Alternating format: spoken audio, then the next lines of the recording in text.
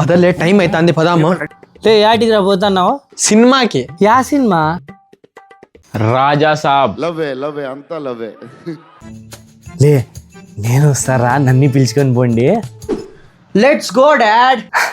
అట్లే పోతా పోతా మన ప్యూరిఫైయర్ చెడిపోయింది కదా, అది ఇచ్చేసిపోదాం. ఎవరికి ఇస్తావు? మన రామంజన్ లేదా? ఆయప్పకే నువ్వన్నీ ఇట్లే చెడుకొట్టుకో. సర్లే పద. ఏంద్రా ఇట్లొస్తావా? ఏమైంది?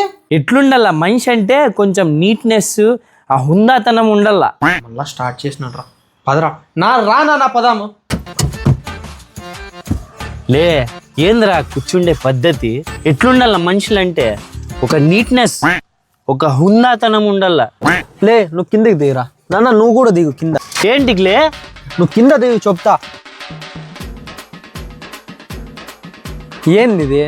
కుక్క పియ్య ఏరుగమన్నా ఏరుగా దీని మీద, అంత గలీజ్గా ఉంది. మళ్ళా నీట్నెస్ హుందాతనం అంట. లేదులే, ఇప్పుడు పోతా పోతా ప్యూరిఫైయర్ ఇచ్చేసి పోతాం కదా, సినిమా చూసిన తర్వాత వచ్చేటప్పుడు కార్ ఇచ్చేద్దాం సర్వీసింగ్కి. అన్ని చోట్లకి ఎందుకులే? కార్ వాషింగ్, వాటర్ ప్యూరిఫైయర్ రెండు ఒకే చోట చేస్తారే. ఎవర్రా అది? మాలిక్ రా. అయ్యో అవును కదా, వీళ్ళ దగ్గర కార్ సర్వీసింగ్ కూడా చేపించిండప్ప నేను.